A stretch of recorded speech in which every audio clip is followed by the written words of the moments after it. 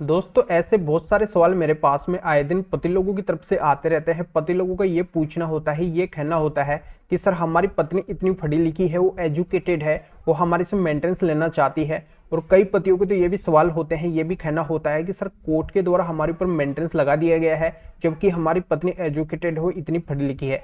तो यहाँ पे पूरी जानकारी आज के वीडियो के अंदर मैं आपको समझाने वाला हूँ कि आखिरकार अब कितनी पढ़ी लिखी पत्नी को आपको मेंटेनेंस नहीं देना पड़ेगा, कोर्ट क्या कहेगी, यहाँ पे कोर्ट का क्या डिसीजन होगा, कानून क्या कहता है, नए कानून के अनुसार पूरी जानकारी मैं आपको इस वीडियो के अंदर बताने वाला हूँ। इसलिए आपको करना क्या है, वीडियो को बिल्कुल अंत तक देखना है, तभी पूरी जानकारी समझ में आएगी। क्योंकि आपको अच्छे से पता है कभी भी आधे अधूरी वीडियो से जानकारी समझ में नहीं आती है, इसलिए पूरी जानकारी के लिए वीडियो को बिल्कुल अंत तक देखना होता है। और ये आपका अपना चैनल है, इसको अगर आप अब तक सब्सक्राइब नहीं करे हैं तो पहले इसको सब्सक्राइब भी कर दीजिए, तो साथ में बेल आइकन को भी दबा दीजिए। तो चलिए शुरू करते हैं।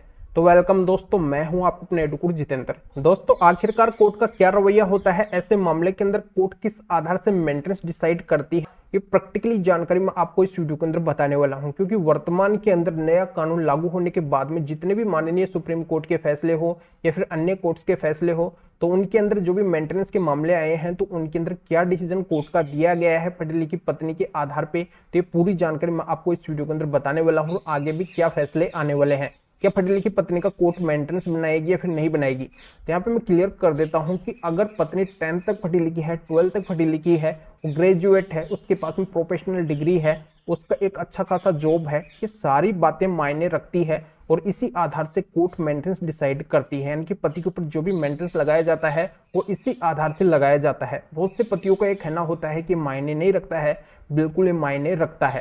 तो यहाँ पे मैं सबसे पहले तो क्लियर कर देता हूँ कि अगर पत्नी नॉर्मल एजुकेटेड है, यानी कि नॉर्मल उसके पास में अगर एजुकेशन है, जैसे 10th पढ़ी लिखी है, 12th पढ़ी लिखी है या फिर वो नॉर्मल ग्रेजुएट है, तो ऐसी पत्नी को पति को मेंटेनेंस देना पड़ेगा। अगर पत्नी के पास में प्रोफेशनल डिग्री है और प्रोफेशनल डिग्री रहते हुए अगर वो अच्छी खासी जॉब कर रही है, उसको अगर एक अच्छी खासी सैलरी मिल रही है जिसके आधार पे अपना भरण पोषण खुद कर सकती है, पति से वो कम नहीं है कमाने के अंदर, तो ऐसी पत्नी को पति को मेंटेनेंस नहीं देना पड़ेगा।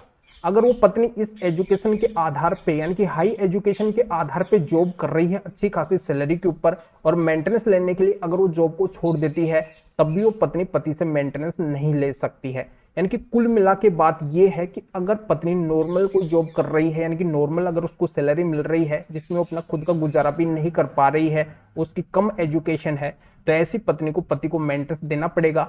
अगर पत्नी हाईली एजुकेटेड है और उसके बावजूद अगर पत्नी के पास में जॉब नहीं है, तब भी पति को ऐसी पत्नी को मेंटेनेंस देना पड़ेगा। वर्तमान समय के अंदर जिन भी कोर्ट के जितने भी डिसीजन आ रहे हैं मेंटेनेंस केस के ऊपर, चाहे नीची कोर्ट के हो फिर माननीय सुप्रीम कोर्ट के हो, सभी का निष्कर्ष यही है कि चाहे पत्नी कितनी भी पढ़ी लिखी हो, चाहे वो हाई एजुकेटेड हो, अगर उसके पास में जॉब है और उसकी अगर अच्छी खासी सैलरी है, इनकम है, तब ऐसी पत्नी को पति को मेंटेनेंस नहीं देना पड़ेगा। पर वो पत्नी अगर जॉब के ऊपर नहीं है और वो पढ़ी लिखी है या फिर जॉब के ऊपर भी है तो उसकी कम इनकम है, तब भी पति को ऐसी पत्नी को मेंटेनेंस देना पड़ेगा। तो दोस्तों जानकारी आपके अच्छे से समझ में आ गई होगी। इस मैटर में अगर आप अधिक जानकारी लेना चाहते हैं, मेरे से फोन के ऊपर बात करना चाहते हैं, या फिर और भी आपकी किसी भी तरीके की कोई भी कानूनी समस्या है, तो इस व्हाट्सएप नंबर के ऊपर व्हाट्सएप मैसेज करके अपॉइंटमेंट बुक करवा के डायरेक्टली आप मेरे से कॉल के ऊपर बात कर सकते हैं। अपनी किसी भी तरीके की कोई भी कानूनी समस्या है तो उसका समाधान मेरे से जान सकते हैं। तो अभी आप इस वीडियो को लाइक कर दीजिए और शेयर भी कर दीजिए जो और लोगों तक भी जानकारी पहुंच सके। तो वीडियो देखने के लिए आप सभी का बहुत बहुत धन्यवाद।